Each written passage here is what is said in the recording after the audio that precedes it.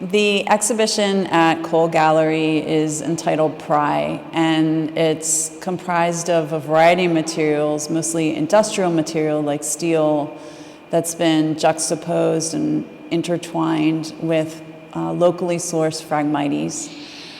These Phragmites were harvested over the course of the past year by my hand, and then we did have a public program where some volunteers came out too and learned about Phragmites and did some sourcing themselves.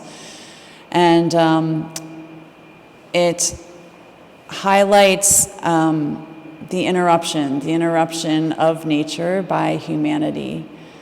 And you can see that in a couple different ways in the exhibit, both again that juxtaposition between the steel and the nature, through the video projection and sound, and also through some writing that's included on the gallery wall.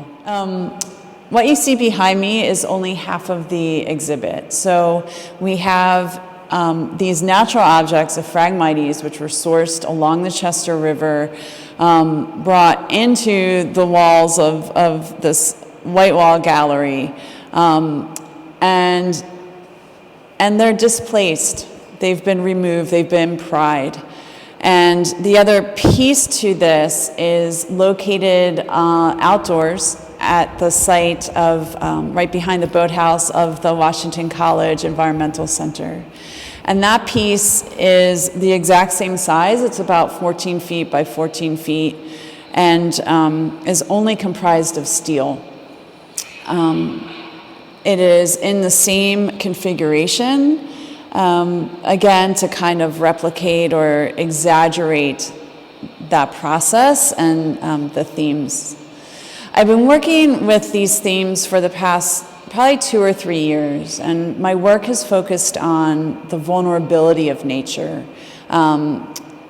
Different environmental artists have different themes, but mine have focused on the idea of permanence and impermanence, of fragility and formality, and really in a more detailed way considered my own labor, so women's labor, claim to land, and time.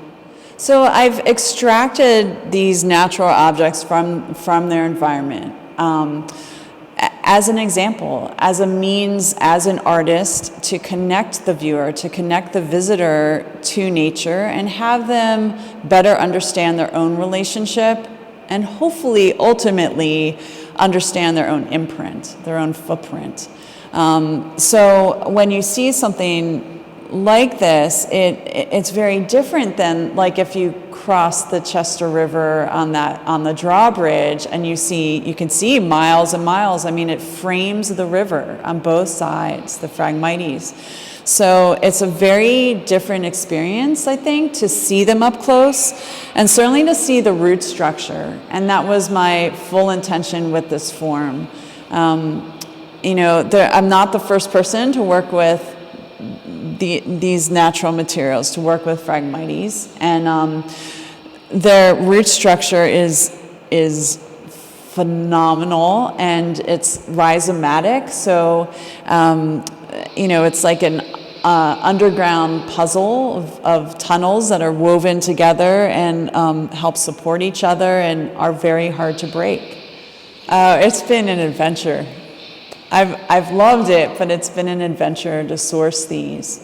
So I started again about a year ago, and it was incredible to follow the life cycle, the seasonal cycles of this plant, and that's in part of why I so enjoy and thrive off of doing these longer-term research-based projects.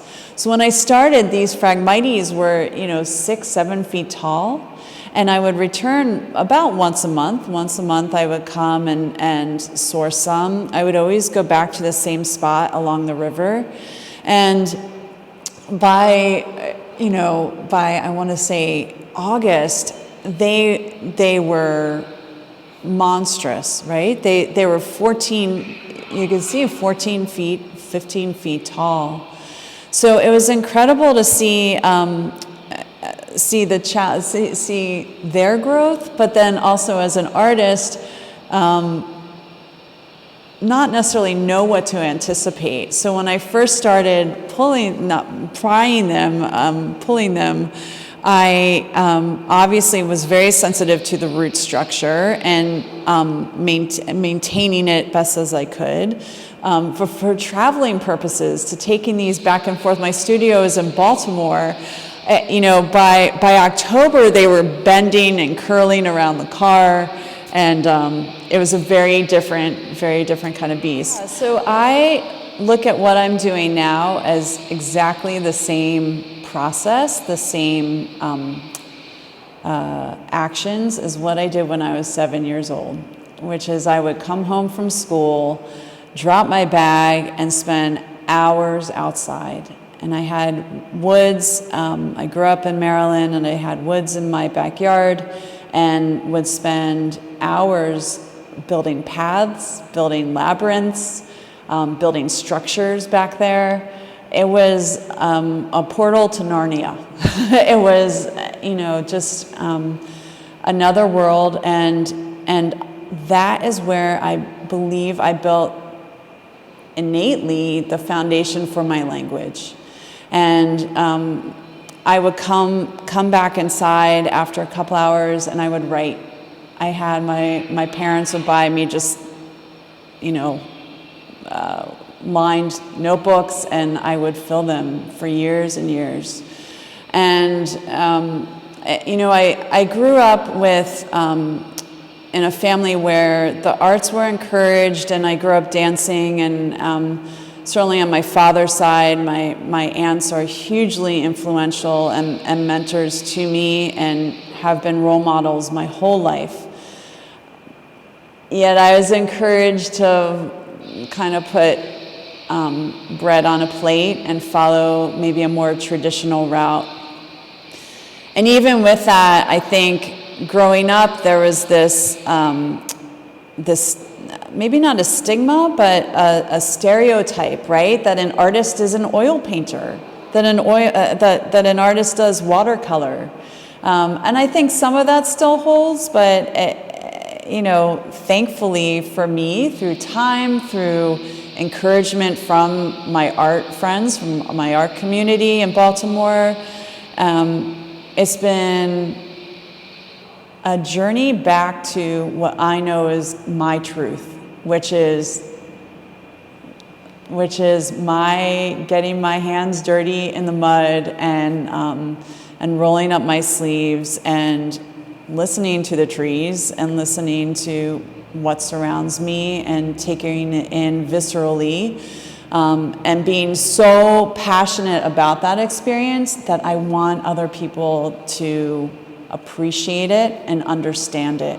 But I have two other really exciting things going on, and I found out recently that I was selected to be in National Park Service Artist in Residence down in the Everglades.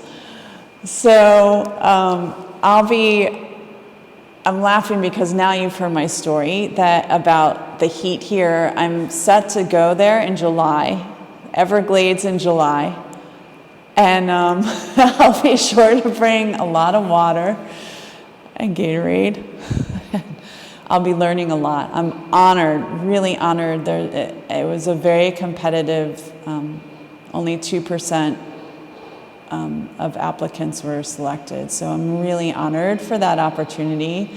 And then early next year, I was invited to create a large-scale outdoor piece at Glen Echo. Glen Echo is a site right outside of DC along the DC 495, the Beltway there. And it's the land there is managed by the National Park Service. So I'll be working with both the staff at Glen Echo and National Park Service to do a very large-scale public work there.